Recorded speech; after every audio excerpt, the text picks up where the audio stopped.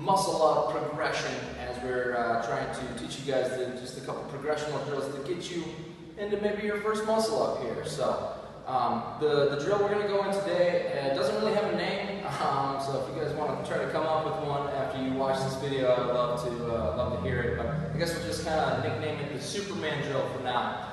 So the reason why I kind of came up with this drill, I'm sure someone else invented it before me, but as far as I know, just kind of thinking through some of the drills that we went through with you guys last week. We went through that toenail strict transition progressional drill, as well as that negative transition drill. If you didn't do those, if you weren't there on either of those days, you're going to want to go back and check out that video that we released for that one, so it gives you a very basic understanding of kind of the range of motions that we're going through. But for those of you guys that were with us last week, either on Tuesday or Saturday, I'm sure you found that the most difficult part of performing those, either the muscle up or the strict transitional drill, is that very specific and what we call proximal or close to your body strength in that portion of the range of motion, the ring dip, that's, like I was just saying, very specific to a ring muscle up.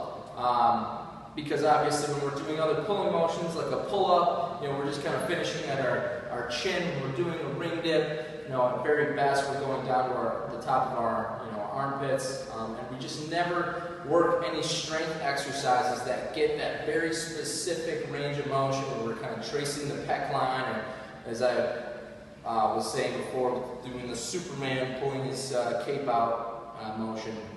So we kind of came up with this drill to help build strength through that specific range of motion for it.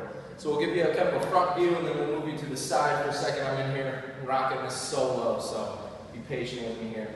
Basic setup here, guys. You're going to have your feet directly under the rings, okay? And you can scale this movement just like you would a ring row, moving your feet forward or back. And we're just going to start you in the right under the rings. It'll be plenty difficult for just about any level, regardless.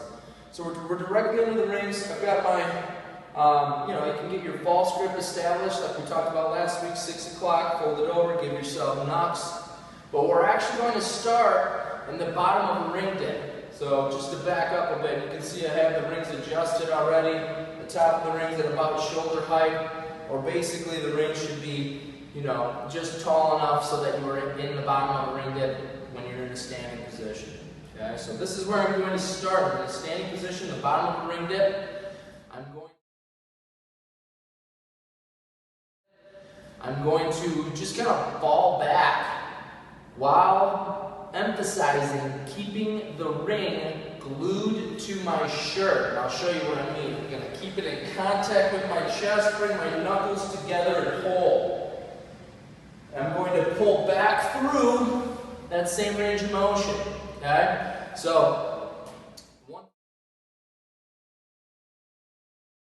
one thing that I mentioned already is extremely important is as we kind of fall back, you do not allow the rings to come out of contact with your shirt, with your chest area. Okay, so you're really squeezing, pulling the shoulder blades back, letting those lats fire in an effort to keep those rings at your chest. So that's kind of step one. Step two is when you're coming back through, transitioning through, maybe the more important part here, because it is more specific to what we'll carry over to the actual muscle up. So I lean back, step one, keep everything pinned in tight.